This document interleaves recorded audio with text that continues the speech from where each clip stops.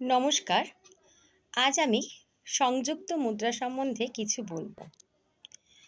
মুদ্রা দু ধরনের, অসংযুক্ত মুদ্রা আর সংযুক্ত মুদ্রা।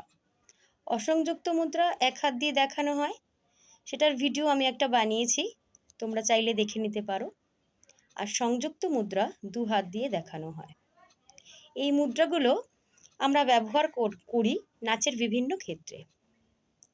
তাহলে চলো দেখে নিই কিছু সংযুক্ত মুদ্রা। মৎস্য,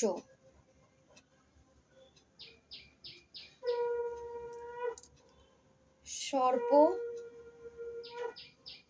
শীর্ষ, দোলনা, পুষ্পপট, অঞ্জলি, কপট,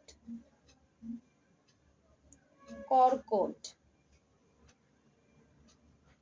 শিবলিঙ্গ, শঙ্খ, চক্র, সম্পট। বা দেখিয়ে দিচ্ছি, মৎস্য, সর্পশীর্ষ, দোলনা, পুষ্পপুট, অঞ্জলি, কপট, কর্কট, শিবলিঙ্গ,